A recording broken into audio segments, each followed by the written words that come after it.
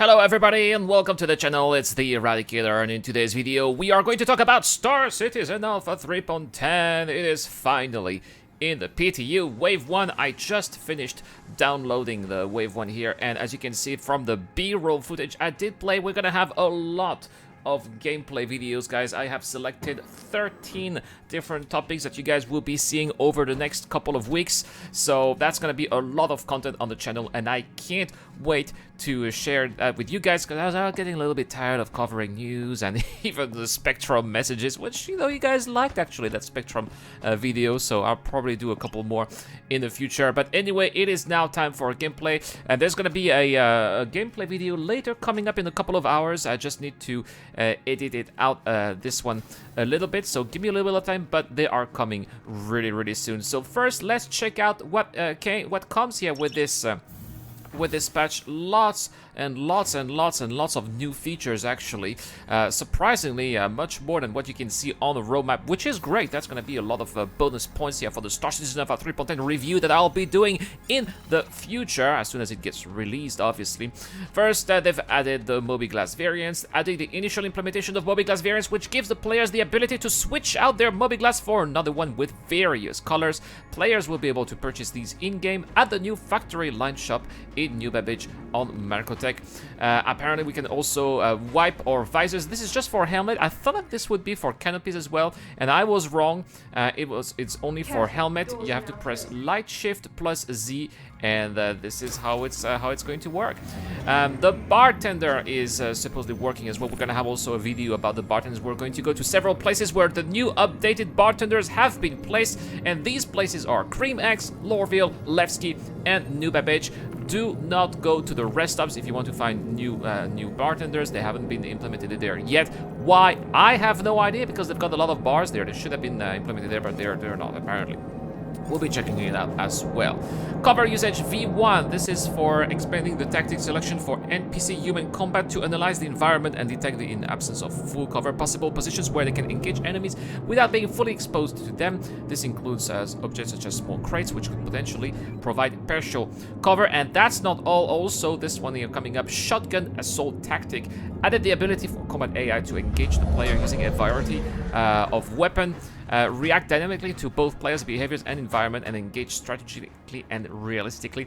Really excited about this. I will also make an FPS combat video. Of course, we will go back to Security Post Carré, which is my test area for anything related to FPS, and I cannot wait to see the difference between the old AI and that new AI. They've also added the player trading app. We're introducing the first iteration of the player trading app into Mobi Glass. The first implementation will allow players to immediately send in-game alpha UEC and merits to another player, regardless if they are online or offline or on the different servers, and this will require a percentage tax on the transfer amount to process. And apparently, guys, according to a poll that I put on this channel, about 20% of you guys are totally against the tax and will try everything they can to avoid paying it. I found that funny. Body dragging, added the initial functionality to allow players to interact with the dead and unconscious characters and then move them. That's gonna be a lot of fun videos, man. While an actor is dragging, they can equip, use, and holster one-handed weapons like pistols and knives. The dragging character holds the victim with their left hand, leaving the right hand free. They've also added efficiency curves, jerk, and aerodynamics. We already know that. Electron damage, high-speed combat. The new target methodology, by the way, you really want to hear that. Especially the new keys here. So apparently if you press 1, that's going to lock focus target. If you press 2, that's the nearest attacker. 3 is pinning the currently selected target. Cycling pin target forward is 4, back is 5. Cycling sub target forward is 6 and back is 7. Resetting sub target is 8. Removing all pin target is 0, and nothing is for 9, apparently. They've also added the Grey Cat industrial mining vehicle here, the Rock. Finally, the Rock has appeared into Star Citizen, and we will also make a video about that as soon as we can get our hands on this one. But right now, it is not available for everybody. It's only for a small group of testers, meaning obviously the Evo caddies. They've also added the paint shops, the paint in the in-games. That's another video. I didn't know it also. campaigns. Boom, 14 videos actually, sorry about this. I just updated my list in real time. The electron weapons, we've been talking about that as well. But let's not forget about the Gemini C-54 Ballistic submachine gun, which also will have to be tried too. Easy to handle and a beauty to behold with its purple accented styling. The C-54 is a sleek and precisely balanced submachine gun from Gemini. Its lightweight polymer frame and ergonomic design makes it ideal for close quarter engagements. The C-54 is capable of firing 10mm rounds on full auto to provide maximum support and target saturation to ensure that any engagement ends quick. I'm still gonna stick with my F-55, but why not trying the C-54? I really wonder if the recoil is going to be as insane as with the F-55 though. They've also tweaked night and day temperature changes on planets. And a couple of course, feature updates. Grimex V2 is now online as well. The high-tech hangars that we're going to see also as well. New Babbage Shop additions. Planet redrop, which means that they updated the height mats. There's going to be an entire video about every single planetary body that was redone. It's going to be very nice. Ocean shader improvements. And if you're into mining, Continuum now has unique visual materials too. For people who like delivery missions, we have done an overhaul of the delivery missions in-game, which included creating new multi-drop of delivery missions for and drug running missions. I suppose that these are going to pay quite a bit, but you're gonna have to escape the police if you do these. I will be trying them too. Mission prisons, they've added missions to repair broken oxygen dispenser for merits.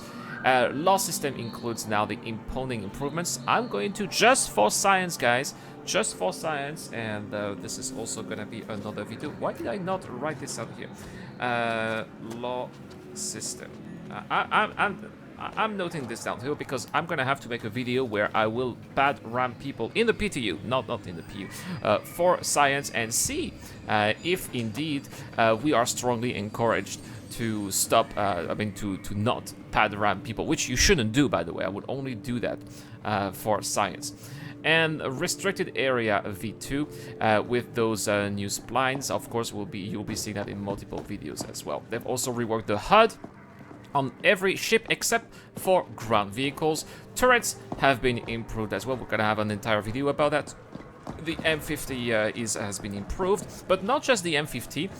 The Buccaneer, the Caterpillar, and the Gladiator also had some minor quality of life improvements. For example, the turret of the Gladiator has moved from size 2 to size 3, which in my opinion is a good call.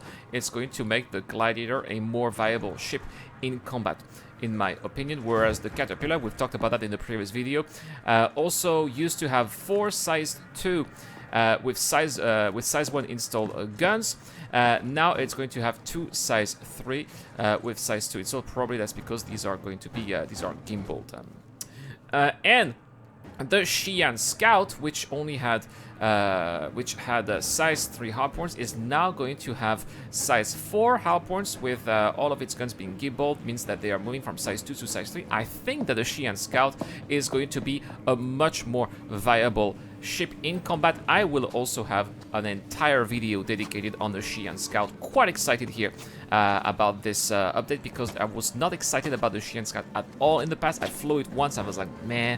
But with this update here, it's probably going to be very interesting to fly this ship. And that's pretty much it. Everything else is related to major bug fixes, which we've seen throughout the various videos that I've covered when I've been covering the Evocati patch notes, as well as the known issues. Well, there are a couple of new known issues here that did come with this Wave 1 patch. Apparently, for example, if you attempt to pervert an orbital quantum drive to Levski from orbit, instead you are going to go to Origins, which means the sun. So how is that going to happen? I don't know, but it seems like it's really annoying. So the workaround obviously is not to go to Levski. Players are still unable to join friends PU instance from the main menu. All 3D icons in personal inventory don't appear correctly when in the personal inner thought PIT. Landing landing gear will take multiple presses of the keybind to activate, so you're gonna have to press multiple times. Fun. Fun. It's like, please work, right? This one is the most annoying, I think. When leaving an exit spline in some large ships, the ships will not re-enter the spline correctly and fall toward the planet without returning control of the player.